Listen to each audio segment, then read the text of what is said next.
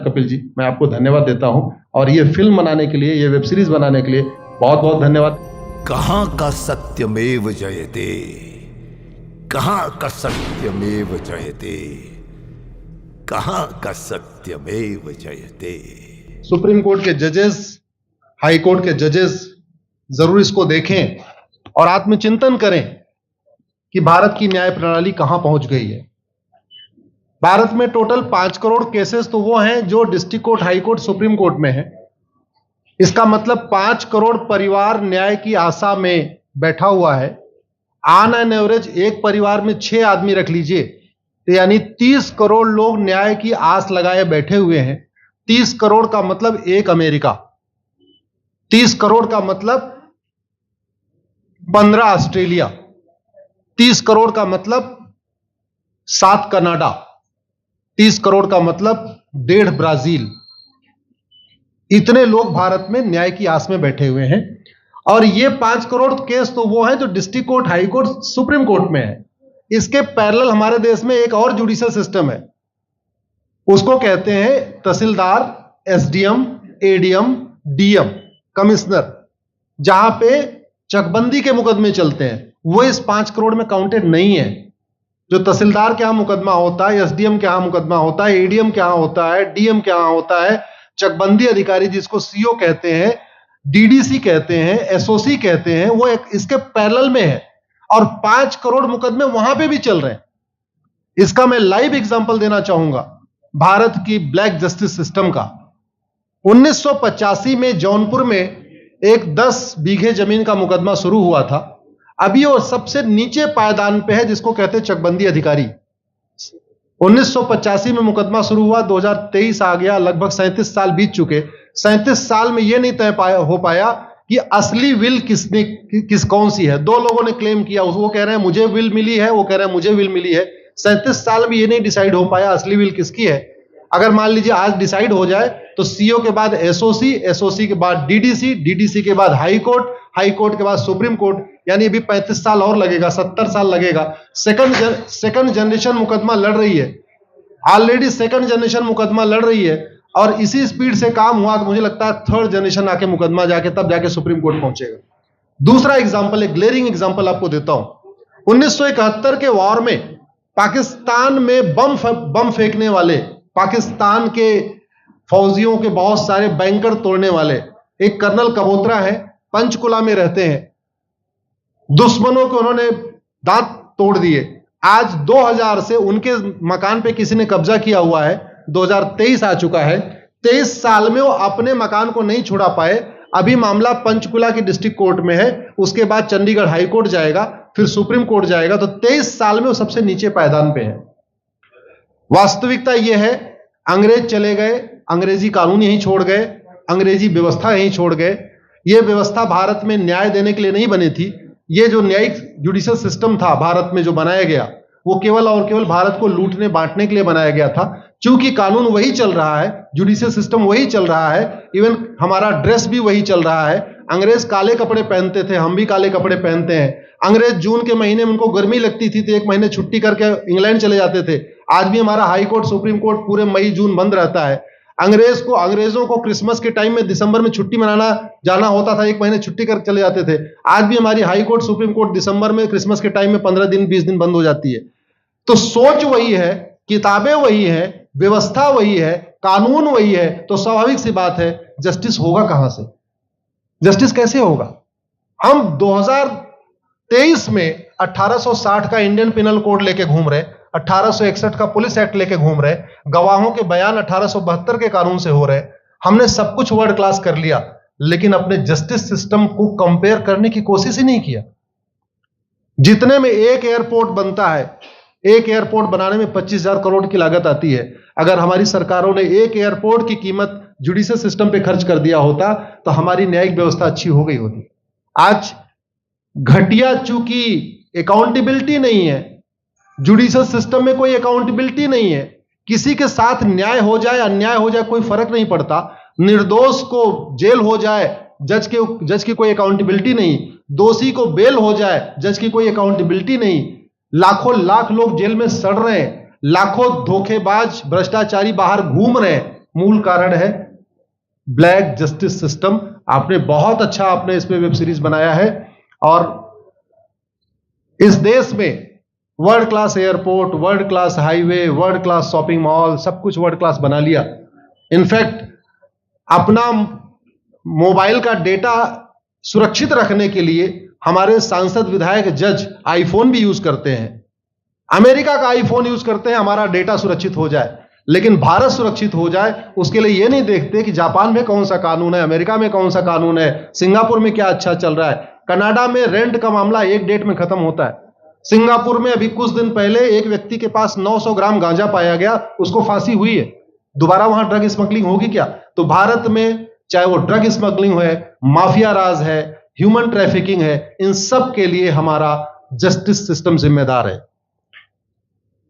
कोई भी अपराध होता है उसमें दो पक्ष होता है, एक पीड़ित, एक अपराध करने वाला। जो पीड़ित होता है वो चाहता है जल्दी उसको न्याय मिल जाए, अपराध करने वाला चाहता है मुकदमा लंबा चले। भारत का न्यायिक सिस्टम अपराध करने वाले के साथ खड़ा है। बलात्कारी चाहता है उसका मुकदमा 30 साल चले, और मुकदमा 30 साल चलता है। भू माफिया चाहता है कि गरीब की जमीन पे कब्जा कर ले, उसका मुकदमा 50 साल चले, और आज की डेट में मुकदमा 50 साल चल रहा है। इसका मतलब वर्तमान न्यायिक सिस्टम बलात्कारी के पक्ष में है, भू माफिया के पक्ष में है, ड्रग स्मगलर के पक्ष में है, ह्यूमन ट्रैफिकर के पक्ष में है, नक्सलियों के पक्ष में है, माओवादियों के पक्ष में है, जो लोग देश विरोधी काम कर रहे हैं उनके पक्ष में है। 40 साल 50 साल के बाद किसी व्यक्ति ने मिलावट करके लोगों का स्वास्थ्य खराब कर दिया, उसको 50 साल के बाद सजा हो रही है।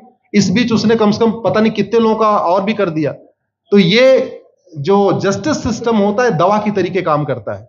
जैसे दवा अच्छी होती है बीमारी तुरंत ठीक हो जाती है, अगर दवा घटिया होती है तो बीमारी बढ़ जाती है। दवा खाने के बाद शरीर एज इट इज नहीं रहता, या तो बीमारी ठीक होती है या तो बीमारी बढ़ती है। अगर कोई आदमी एक गांव में किसी के साथ कुछ गलत कर दे, उसको 6 महीने के अंदर सजा हो जाए, साल भर के अंदर हो जाए, दूसरा अपराध वहां नहीं होगा। लेकिन अगर उस व्यक्ति को पनिशमेंट नहीं मिला तो स्वाभाविक सी बात है उसने उसको और मोटिवेट कर दिया। कहते नहीं ऐसे बुखार है, तुरंत 2 गोली खाइए बुखार ठीक हो गया, लेकिन अगर आपने दवा नहीं खाई या गलत दवा खा लिया तो टाइफाइड होगा या निमोनिया होगा। दुर्भाग्यवश ये हमारा जस्टिस सिस्टम यही कर रहा है। आज की डेट में जितनी समस्याएं हैं, चाहे वो घूसखोरी है, जमाखोरी है, मिलावटखोरी है, कालाबाजारी है, नशा तस्करी है, मानव तस्करी है, सोना तस्करी है, ड्रग स्मगलिंग है, या नक्सलवाद है, या माओवाद है, या कट्टरवाद है, जो भी समस्याएं हैं, उसका एक बहुत बड़ा कारण यह है कि हमारा जस्टिस सिस्टम उसको टैकल नहीं कर पा रहा है, उसको पकड़ नहीं पा रहा है, और इसीलिए भारत में अराजकता है। मैं तो इतने जानता हूं, ऐसी कोई बीमारी नहीं जिसकी कोई दवाई नहीं, ऐसी कोई समस्या नहीं जिसका कोई समाधान नहीं। हम हर चीज के लिए बाहर से चीजें खरीदते हैं, तो हम ये क्यों नहीं देख रहे हैं कि आखिर चाइना का जस्टिस सिस्टम कैसा है, सिंगापुर का कैसा है, कनाडा का कैसा है, फ्रांस का कैसा है, और अमेरिका का कैसा है। हम क्यों नहीं बेस्ट प्रैक्टिसेस उनकी अडॉप्ट कर लेते। दुनिया के कई देशों ने नार्को पॉलीग्राफ ब्रेन मैपिंग कानून बना दिया। मेरी बहन दीपिका नारायण बैठी हुई है, ये लगातार फॉल्स केसेस के खिलाफ, इनको मैं देखता रहता हूं, एक्टिव रहती है। एक कानून बन जाए नार्को पॉलीग्राफ ब्रेन मैपिंग, और कंप्लेन पे अंडरटेकिंग ले लिया जाए कि जो कुछ मैं शिकायत कर रहा हूं इसके लिए मैं अपना नार्को पॉलीग्राफ ब्रेन मैपिंग कराने के लिए तैयार हूं, हजारों की संख्या में फेक केसेस खुद ही खत्म हो जाएंगे। आज की डेट में लोग जुडिशरी की लापरवाही के साथ साथ फर्जी केस से परेशान है, फर्जी गवाही से परेशान है, फर्जी एफआईआर से परेशान है, हजारों परिवार परेशान है। कई बार देखा गया कि जो फैमिली के केसेस होते हैं उसमें कितने सारे फेक केसेस भी आ रहे हैं। तो जो वास्तव में दोषी हैं उनको पनिशमेंट नहीं मिल पा रहा है, जो निर्दोष हैं उनके खिलाफ फर्जी केसेस हो रहे हैं। आज की डेट में गांव में एक दबंग अगर जमीन कब्जा कर लेता है, किसी की हिम्मत नहीं पड़ती उसके खिलाफ कोई गवाही दे दे। लोगों को अपनी जमीन छुड़ाने में 30-30 साल लड़ना पड़ रहा है, 35 साल लड़ना पड़ रहा है।